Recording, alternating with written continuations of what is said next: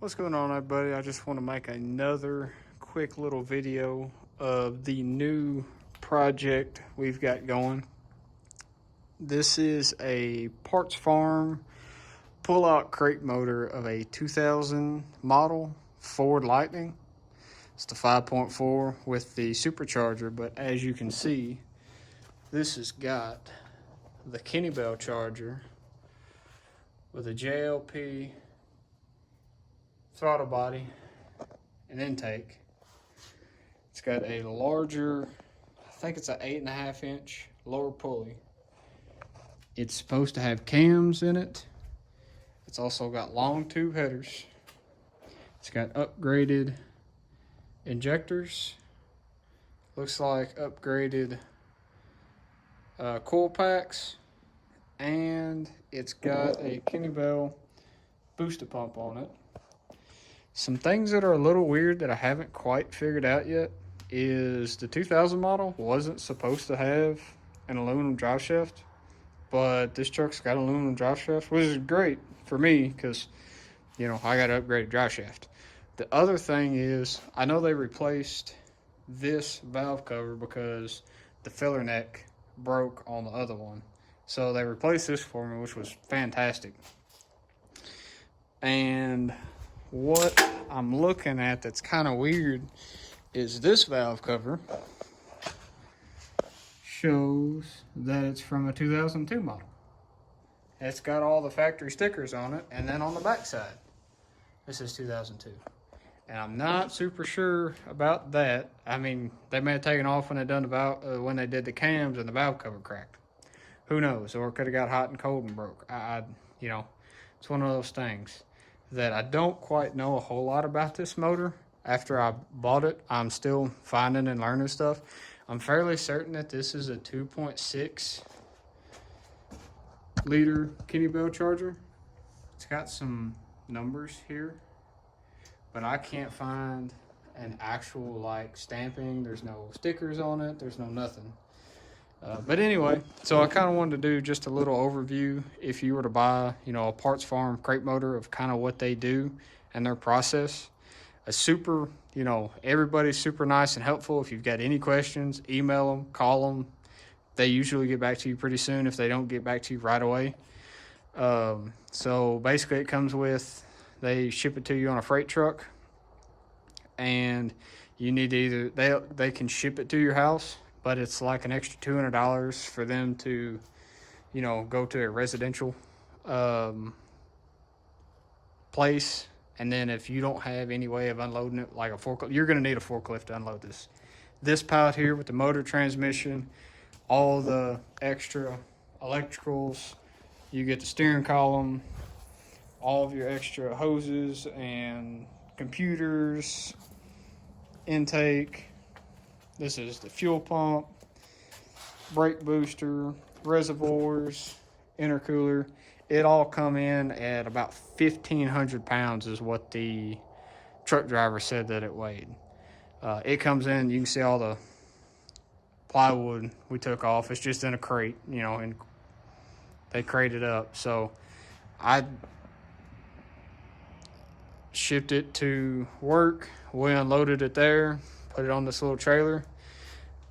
I mean, there's not a whole lot to it. Most of the lines and things they try to keep intact if they can. They did cut the bottom of the headers off, so I'll have to figure out welding flanges on that. It's not the end of the world, just a little inconvenient. And then like a couple like a little of these hoses, like your AC line hose, they snipped, which isn't a big deal because like a lot of this stuff I'm gonna have replacement parts for. You can go to, you know, the parts store and find. Everything else seems to be in pretty good shape. They send you a little tag on the back of it that says all the fluids are drained out of it. So make sure you put fluids in the transmission and the motor, and you know, I got to check the supercharger. I don't know if they drained all the supercharger fluid out. So, and I don't know if you have to specify anything, but if you want the radiator, I'm assuming you would have to either let them know if it's even any good. I mean, my truck that I bought it out of was a side collision, so I could have probably got the radiator, but not a big deal because my nice new daily driver that was just going to be, you know, my little work truck. That's where this is going. The original plan was not for this at all. I've got a, you can see him hiding out in there. That's my 2003 lifted F-150 that this motor was originally bought for.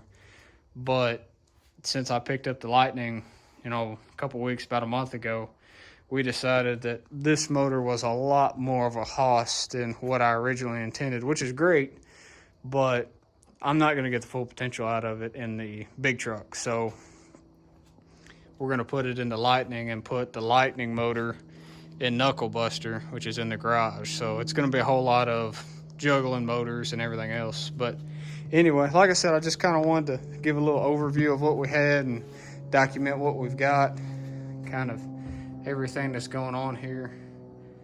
And if anybody's got any ideas, inputs, suggestions on some of this stuff, I would greatly appreciate, you know, having an actual, you know, idea on what this Kenne Bell. I don't know anything about the internals. I know, you know, the Lightning's got the forwards rotating assembly. I don't know what cams are in it. I don't know if it's got forged rods, if it's got Molly pistons. I have no idea. I really don't. And that's not the best thing. And the only way of doing it is tearing the whole motor down, checking everything, checking sizes of stuff. I just don't think it's worth it. I'm just probably going to act like it's a stock bottom end. It's already been tuned. I know it runs because it ran in the other truck until it got wrecked. So in theory, it's all going to work like it should. I mean, I will take it to a dyno once it's all put in and set up. But like I said, if anybody's got any input on exactly what size supercharger this is, would be awesome. It looks like it's got the factory size upper pulley on it. I think the upper pulley checked about 3 inches, and like I said, the lower pulley was like 8.5. I know the original pulley I think was 8 inches, but other than that, I don't know. I can't see, you know, everything looks to be, you know, in place. It's got a boost regulator on this fuel rail that I'm fairly certain isn't factory. So I'll have to kind of figure that out. So if anybody's got any input, suggestions, comments, questions, let me know, and I'll let you know how all this goes. I'm going to try to document as much as I can of us pulling it out and putting it in and how everything goes. And then, like I said, that motor is going to go in that truck, and then I will definitely be documenting that because there's no videos or information on making your Lightning motor and transmission fit in your full drive truck, a complete Lightning motor. There's a lot of guys that, you know, do the Lightning swaps, but it's a two-wheel drive truck, or sorry, it's just the top of the motor. All they're doing is taking the intake and supercharger off and then putting it on the stock motor, and so you don't have to worry about your transmission. But these big 4R100 transmissions are much more bulletproof than the transmissions that come in the regular trucks. So this is going to be a lot more of a beefy motor to be putting in, you know, Knuckle Buster as it comes together. But anyway, like I said, I just want to kind of document some of this to be able to have to look for later, and if I had anybody that could help me out a little bit would be great too. But anyway, so that's how we kind of sit now, and we'll hopefully get some of this together in the near future. So I've kind of laid some more of the stuff out on the table to kind of show you what all you can get if it's good. Like they give me, this is the passenger side airbag in here. That's the fuel pump. I've got the steering column, the ignition, the key, all the bits there. This guy went for a ride. You can see that steering wheel is all kinds of bent up. But anyway, gauge cluster, the ECU, which they've deleted the PAT system, which is the passive anti-theft system. Passive anti-theft, yeah, that's right. But anyway, so there's that. I'm not exactly sure what this box is. It's a Ford product. It's got antifreeze on it, so I'm assuming it went in the engine bay. I don't know. I'll figure that out later. This here goes to the Kenne Bell booster pump, I think. It's Kenne Bell. It's got a spark intensity on it, and I don't exactly know what it does, but it's got the little plug here. It goes into that box.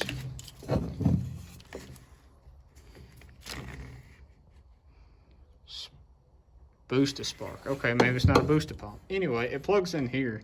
If anybody has any ideas on, you know, setting that up or setting the spark intensity up, let me know, because I'd hate to just start it and blow it up immediately. Oh, here's all your internal and, you know, in cab and all the whole wiring harness. You get everything. All the wires they'll pull out of the truck and send with you. So you shouldn't have to worry about, you know, in theory you could hook it all up and fire it up on the pallet once you get it all together. I've got the brake booster, the brake boosters in that box over there, master cylinder, some odd and end hoses, and like I said, so you get quite a bit of stuff. Like I said, all the good bits. You're not going to get the wheels and tires, but you can buy all that if they're any good later. The only other question I had was on this intake.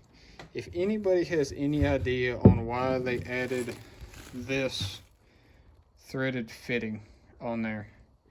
I know where this plastic one goes. This plastic one goes to this here, but I don't see anything that would thread into. Like, this is all your coolant lines and stuff.